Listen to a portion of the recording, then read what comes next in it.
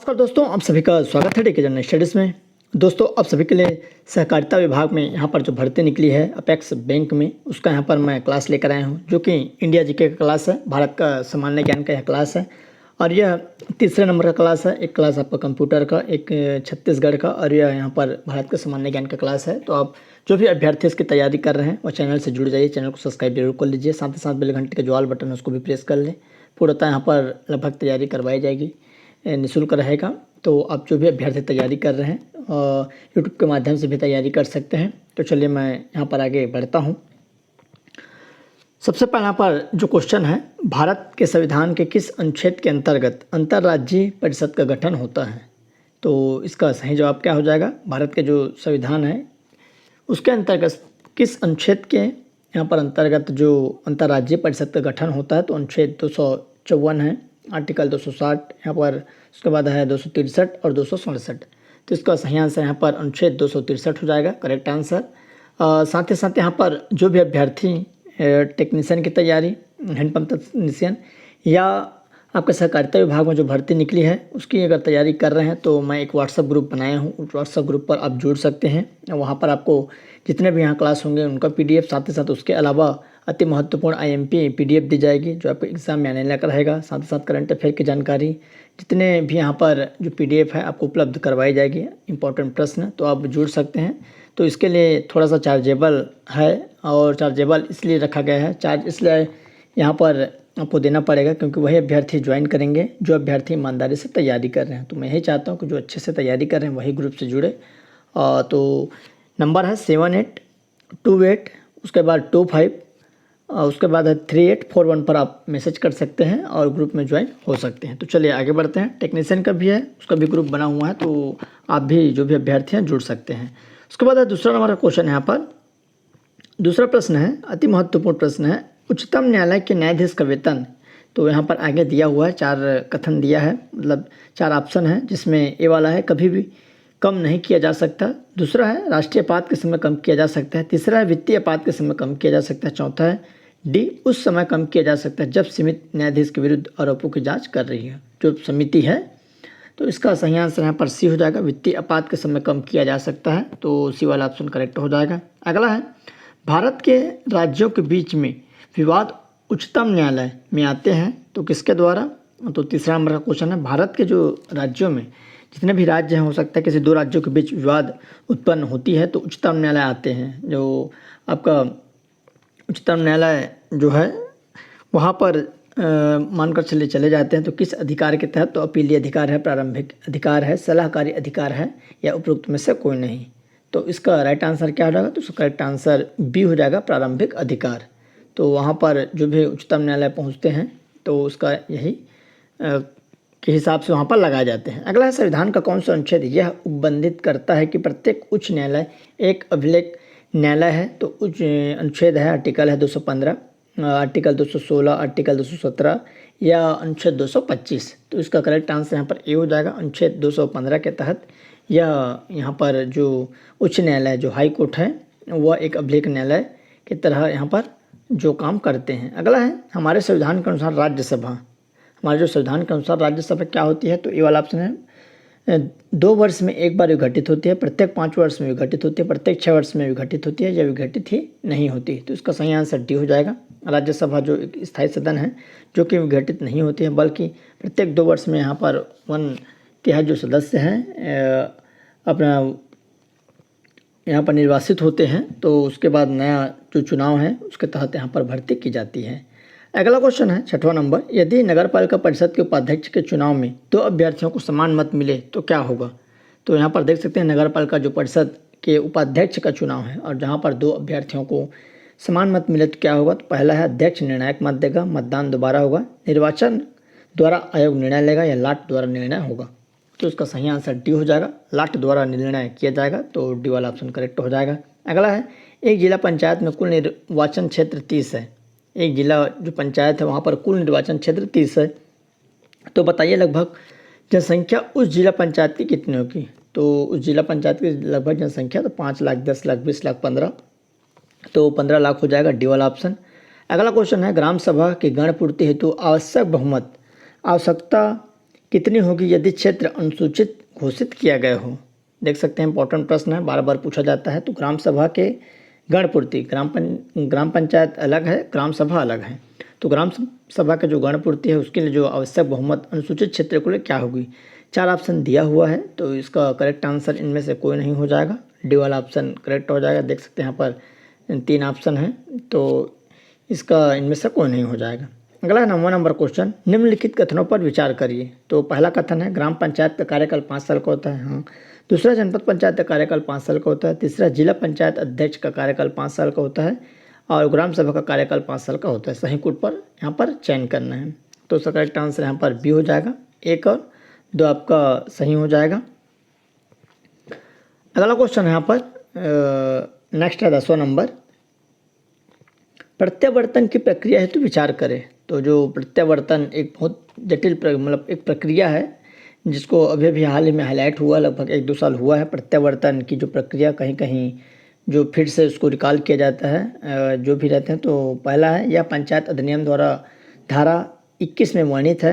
यह ग्राम पंचायत के पंचों द्वारा लाया जाता है। यह ग्राम सभा के कुल सदस्यों के विशेष बहुमत से पारित होता है। यह ग्राम सभा के कुल सदस्यों के सामान्य बहुमत से पारित होता है। तो सही कथन का यहाँ पर चुनाव करना है, सही कथन हमको बतानी है। तो इसका राइट आंसर यहाँ पर डी हो जाएगा, इनमें से कोई नहीं।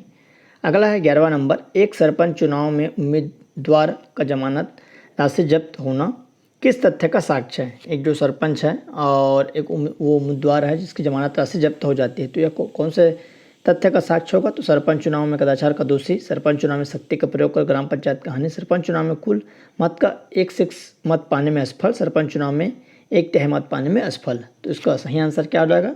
इंपॉर्टेंट प्रश्न है, कभी कभी पूछा जाता है। तो सी हो जाएगा, 1/6 मतलब मत पाने में यहाँ पर असफल रहता है। अगला क्वेश्चन है 12वां नंबर, यदि पंच चुनाव एवं सरपंच चुनाव को उम्मीदवार दोनों चुनाव एक साथ सफल होता है तो क्या होगा। वह दोनों पदों में रह सकता है, उन्हें सरपंच पद पर पदस्थ किया जाएगा, उन्हें स्वेच्छा से सरपंच या पंच चुनने देंगे, या इनमें से कोई नहीं। तो इसका करेक्ट आंसर यहाँ पर सी हो जाएगा, उन्हें स्वेच्छा से सरपंच या पंच चुनने देंगे। अगला है निदेशालय का मुख्य कार्य क्या है। तो निदेशालय का मुख्य कार्य क्या होता है, नीति निर्माण, निर्णय निर्माण, नीति क्रियान्वयन या आंकड़ा संग्रह। तो इसका करेक्ट आंसर यहाँ पर सी हो जाएगा, नीति क्रियान्वयन करता है निदेशालय। अगला है चुनाव के दौरान राजनीतिक दलों और उम्मीदवारों द्वारा, यहाँ पर देख सकते हैं चुनाव के दौरान राजनीतिक दलों और उम्मीदवारों के द्वारा अनुपालन किए जाने वाले आदर्श जो संहिता है, जो आचार संहिता जो हाल ही में छत्तीसगढ़ में लगने वाली है अक्टूबर माह में। तो क्या होता है, उच्चतम न्यायालय द्वारा आदेश किया जाता है, मान्यता प्राप्त राजनीतिक दलों के बीच स्वैच्छिक समझौतों द्वारा सहमत भारत के संविधान में निर्धारित लोक प्रतिनिधित्व अधिनियम 1951 में निर्दिष्ट। तो इसका क्या हो जाएगा, लोक प्रतिनिधित्व अधिनियम 1951 में विनिर्दिष्ट है। तो यहाँ पर देख सकते हैं इसका करेक्ट आंसर डी हो जाएगा। अगला है निम्नलिखित में किस समिति में राज्यसभा का प्रतिनिधित्व नहीं होता। इनमें से कौन सा जो समिति है जिसमें राज्यसभा के लोग यहाँ पर नहीं होते इस समिति में। तो लोक लेखा समिति, सार्वजनिक उप प्रमुख समिति, आकलन समिति, सरकार की आश्वासन समिति। तो सी वाला ऑप्शन सही हो जाएगा, आकलन समिति में जो राज्यसभा के सदस्य यहाँ पर नहीं होते। आईएमपी प्रश्न है। अगला है निम्नलिखित में से किसे संसद को संबोधित करने का अधिकार प्राप्त है। आईएमपी प्रश्न है, तो किसे प्राप्त है। इनमें से एक जो व्यक्ति है जो ना ही संसद है ना ही राज्यसभा सदस्य है, तो भारत के महान न्यायवादी, भारत के मुख्य चुनाव आयुक्त, भारत के मुख्य न्यायाधीश, राष्ट्रीय सुरक्षा सलाहकार। तो इसका करेक्ट आंसर यहाँ पर भारत के महान न्यायवादी हो जाएगा, जो कि जिसको संसद में कोई भी सदन में बोलने का अधिकार है, संबोधित करने का अधिकार है। अगला है भारत के संविधान से संबंधित निम्नलिखित युगों में से कौन सा एक युग सही नहीं है या सुमेलित नहीं है। इनमें से कौन सा है जो संविधान से संबंधित है। तो 1 है समवर्ती सूची, शेयर समवर्ती सूची, डाकघर, बचत बैंक, संघीय सूची, लोक स्वास्थ्य जो कि राज्य सूची है। तो जो कि शेयर है समवर्ती सूची जो कि इससे सही मिलान नहीं करती, 1 है समवर्ती सूची में।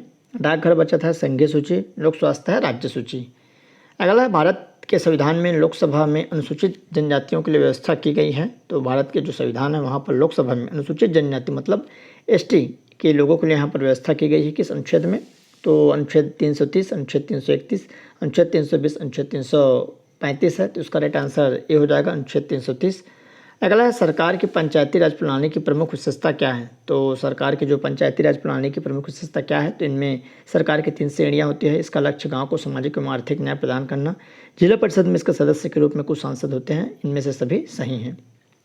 तो इसका राइट आंसर यहाँ पर डी हो जाएगा, इनमें से सभी सही हैं। अगला प्रश्न है 20 नंबर, पंचायती राज का प्रधान लक्ष्य क्या है। तो पंचायती राज का प्रधान लक्ष्य क्या है, ग्रामवासियों के बीच प्रतिद्वंदिता को बढ़ाना, चुनाव में लड़ने के लिए ग्रामवासियों को प्रशिक्षण देना, ग्रामवासियों में शक्ति का विकेंद्रीकरण, इनमें से कोई नहीं। तो इसका सही आंसर यहाँ पर सी हो जाएगा, जो कि ग्रामवासियों में शक्ति का विकेंद्रीकरण जो कि पंचायती राज का प्रमुख लक्ष्य है। अगला प्रश्न है 21, भारतीय संविधान का 61वां संविधान संशोधन निम्नलिखित में से किस एक से संबंधित है। तो भारतीय संविधान का जो 61वां संशोधन है किससे संबंधित है, तो राष्ट्रपति की आपातकालीन शक्तियों से, राष्ट्रपति शासन की वृद्धि करने की राष्ट्रपति की शक्तियों से, और मतदाताओं की आयु घटाने से, वित्तीय आपातकाल से। तो इसका करेक्ट आंसर सी हो जाएगा, मतदाताओं की आयु घटाने से, जो कि 21 से 18 किया गया है। तो जो 61वां संविधान संशोधन के द्वारा यहाँ पर की गई है। अगला निम्नलिखित में कौन भारत के प्रधानमंत्री बनने से पूर्व किसी भी राज्य के मुख्यमंत्री नहीं रहे। उनमें से एक जो